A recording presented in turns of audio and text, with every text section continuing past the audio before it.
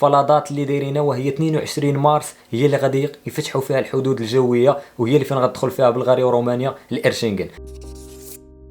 السلام عليكم الخوت ومرحبا بكم في فيديو جديد ولا في موجز ديال الاخبار جديد بخصوص البلان ديال رومانيا وشنغن. الناس اللي كاينين في انستغرام راه يوميا كنلوح لهم الاخبار اللي كيخرجوا ومتبعين شنو كاين ومتبعين الاخبار كاملين، فكنحاول انني ندير فيديو في يوتيوب بالنسبه للناس اللي زقلوا ستوريات ولا الناس اللي مازال ما عارفينش شنو اخر الاخبار اللي واقعين. فاول حاجه ما تنساوش انكم تدخلوا الانستغرام تخلوا شي لايك في الفيديو، شويه ديال الدعم، فندخلوا في الموضوع وشنو اخر الاخبار اللي واقعين بين رومانيا وشنغن. حاليا الضوء الاخضر عند رومانيا وبلغاريا غير الا ما بغاوش يدخلوا لشنغن. من الاخبار فهي ايجابيه. اخر مره خلينا وهي ان هولندا مازال كنتسناو الاجابه ديالها بخصوص دوله بلغاريا اللي اعلنت رسميا على انها كتقبل الانضمام ديال دوله بلغاريا، وكما كتعرفوا فهولندا هي اللي رفضتها العام اللي فات. حاليا هولندا في الجيب، ما كاين حتى شي مشكل. شنو اللي بقات دوله النمسا، في حين هاد السيمانه هذه خرجت دوله هنغاريا وقالت بانها تقدر ترفض الملف ديال بلغاريا ورومانيا في حاله ان بلغاريا ما حيداتش على الضريبه ديال الغاز الطبيعي اللي كيدوز من تم. فهنا كتلاحظ ان كل دوله كتقلب على المصالح ديالها. تشوف هاد الظرفيه هذه اللي عارفه ان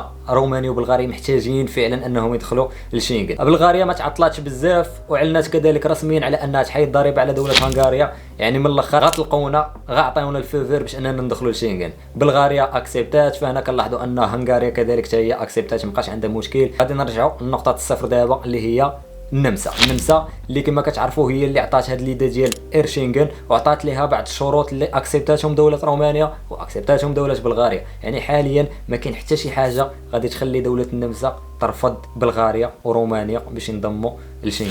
كان من المتوقع غادي يكون اجتماع ولا غادي يكون تصويت في هذا الاسبوع ولا في الاسبوع الجاي، يعني في الاخر ديال ديسمبر، ولكن غالبا ما غادي يكون تصويت حتى الاخر ديال جونفي 2024. احد البرلمانيين الرومانيين هو اللي قال في واحد التصريح بانه صعيب باش انهم ياخذوا شي ريبونس قبل من 24 جونفي، يعني تما فين غادي يقدر يكون الاجتماع وتما فين غادي يقدر يكون التصويت، وغادي يشوفوا واش رومانيا وبلغاريا غادي يدخلوا لشنغن. في حاله غادي يتم القبول ديال رومانيا وبلغاريا، فلادات اللي دايرينها وهي 22 مارس هي اللي غادي يفتحوا فيها الحدود الجويه، وهي اللي فين غتدخل فيها بلغاريا ورومانيا لإرشنغن. بالنسبه للحدود البريه حتى العام الجاي عاد غادي يشوفوا، عاد غادي يتريتيو لافير واش يقدروا الشروط عاوتاني وداكشي ازيرو. مي إرشنغن افترض غادي تكون في 22 مارس. حاليا مازال ما كاين حتى شي خبر رسمي، مازال ما كاين حتى شي حاجه. بزاف الناس كيقول لك ايمن راه دخلوا كذا، مازال ما كاين والو الخوت. كما كتعرفوا بما ان ما كاينش الفوت في هذه السيمانه ولا السيمانه الجايه، يعني حتى الشهر الجاي ممكن توقعوا اي حاجه تقدر توقع من هنا للشهر الجاي. وكذلك بلغاريا فهي صرحات بانها مستعده انها تبدا دير الكونترول ديالها في المطارات بخصوص البلان ديال إرشنغن.